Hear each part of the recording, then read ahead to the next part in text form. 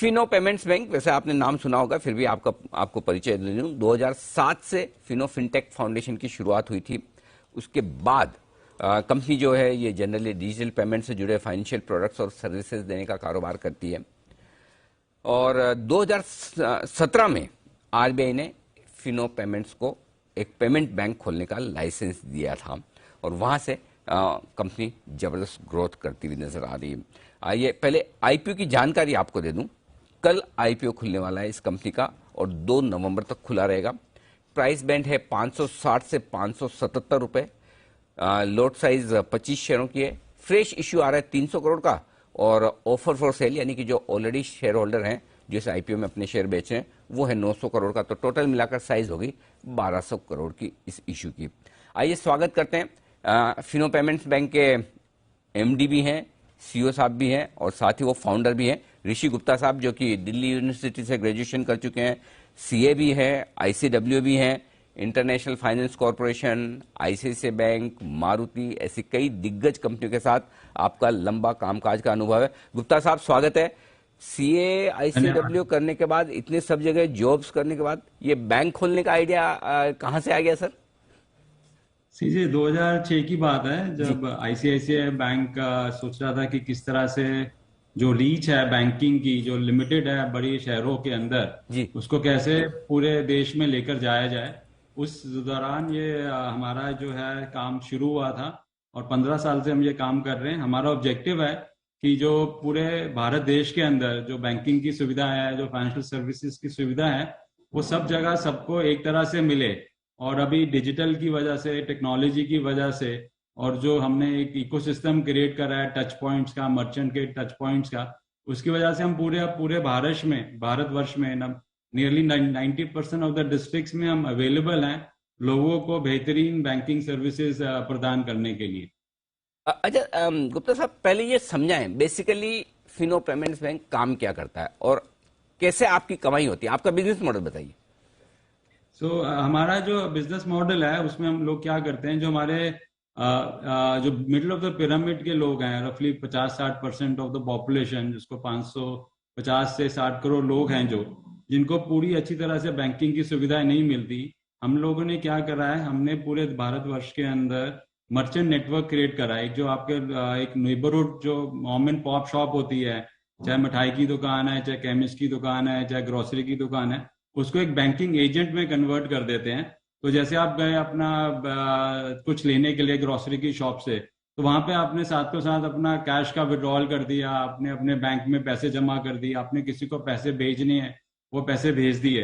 तो इस तरह से जब आप जाते हैं शॉप के अंदर, आप बैंकिंग का एक तरह से यूटिलिटी भी आपको हो जाती है। आपको ब्रांच जाने की जरूरत नहीं है, आपको एटीएम में जाने की जरूरत नहीं है।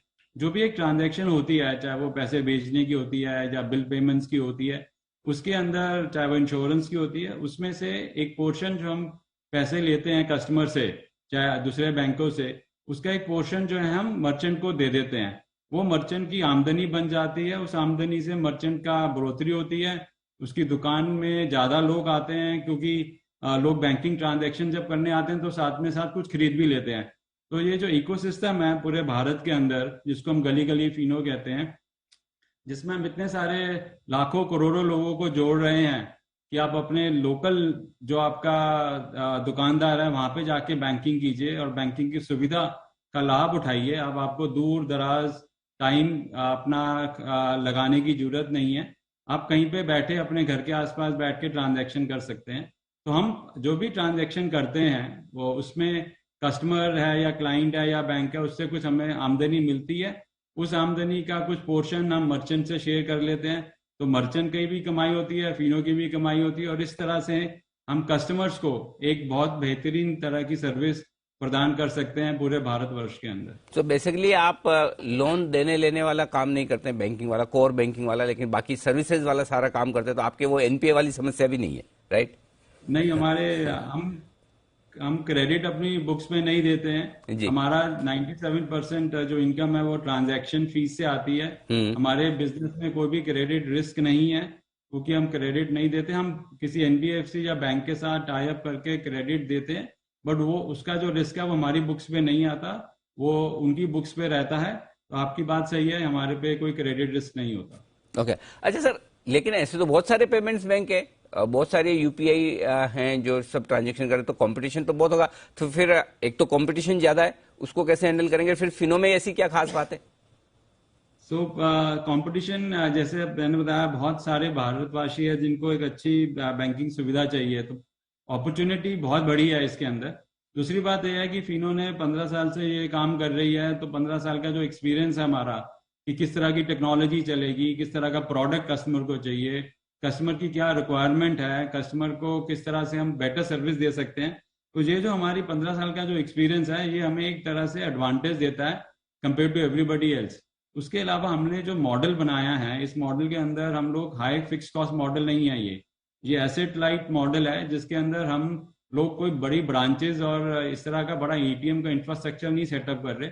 हम जो ऑलरेडी हमारा इंफ्रास्ट्रक्चर है, चाहे मर्चेंट पॉइंट पे है, चाहे भारत पेट्रोलियम के जो पेट्रोल पंप्स है, उसी को हम यूज करके वो बैंकिंग की सुविधा देते हैं कस्टमर्स को। और इसमें हमारा हर ट्रांजैक्शन पे हमें 40% से 42% का एक ग्रॉस मार्जिन मिलता है।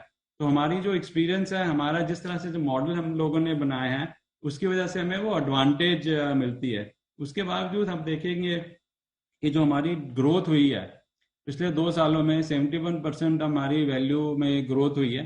पेंडेमिक में भी, जब लास्ट ईयर पेंडेमिक हुआ था, कोविड हुआ था, उस साल भी हमने 41% ग्रोथ करी है अपनी ट्रांजैक्शन वॉल्यूम पे। और ये जो ग्रोथ हो रही है, इस ग्रोथ के साथ साथ ट्रांजैक्शन ग्रोथ में, टॉप लाइन ग्रोथ में जो हमारी ग्रोथ हुई है, उसके अलावा हमारा प्रॉफिटेबिलिटी वाला मॉडल है। लास्ट ईयर हमने 20.5 करोड़ का प्रॉफिट कमाया है FY21 में, जिसको आरओई में हमें 15% की आरओई मिली है। तो ये जो मॉडल है, ये मॉडल बाय इटसेल्फ ग्रोथ में भी है, और इसकी कॉस्ट लो होने की वजह से हमारे लिए ये प्रॉफिटेबल मॉडल ही चल रहा है। बिल्कुल तो गुप्ता ये साहब, जो मैं है इसी ये पे पूछ रहा बहुत था, बड़ा डिफरेंशिएशन है जी गुप्ता बाकी साहब, मैं लोगों के इसी पे साथ। आपसे राय लेना चाहता था, क्योंकि आपका प्रॉफिटेबल मॉडल ये हुआ है इसी वित्त वर्ष में, राइट? FY21 मार्च 2021 में। सो जानना में शायद पहली बार ही हुआ होगा इस फाइनेंशियल ईयर में। तो क्या ये उम्मीद करें कि जो शुरुआती मतलब समय होता है जहां प्रॉफिटेबल बनने में टाइम लगता है, एक बार अब आप प्रॉफिटेबल हो गए तो अब आगे प्रॉफिटेबल रहेंगे, ये भरोसा दे सकते हैं?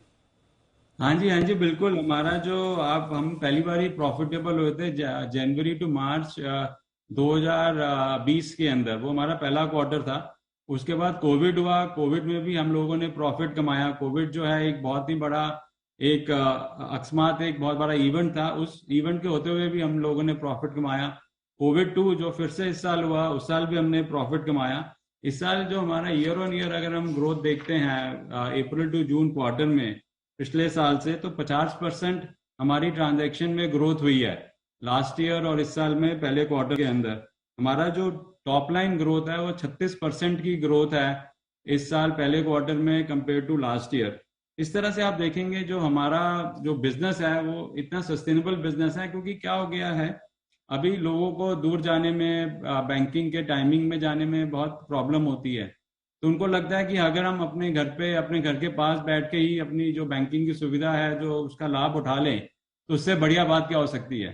तो वो हम जो एक कन्वीनियंस दे रहे हैं ना कस्टमर को, और बहुत सिंपल तरीके से हमारा जो अकाउंट ओपनिंग का प्रोसेस है साहब, वो भी हम लोग हाथों हाथ इशू करते हैं डेबिट कार्ड। आई थिंक हमारी एक अकेला ही बैंक है पूरे कंट्री के अंदर जो हाथों हाथ डेबिट कार्ड इशू करता है दूर दराज के इलाकों के अंदर। तो इस तरह से हमने अपनी टेक्नोलॉजी, अपनी अपनी सुविधा जो बनाई है कस्टमर्स के लिए, वो हमें एक तरह से स्टैंड आउट करती है। तो प्रॉफिटेबिलिटी एक बार हमने रीच कर ली, उसके बाद तो हम हर क्वार्टर ऑन क्वार्टर प्रॉफिटेबल ही हैं, और प्रॉफिट हर बार बढ़ ही रहा है। जी जी गुप्ता साहब, अच्छी बात है।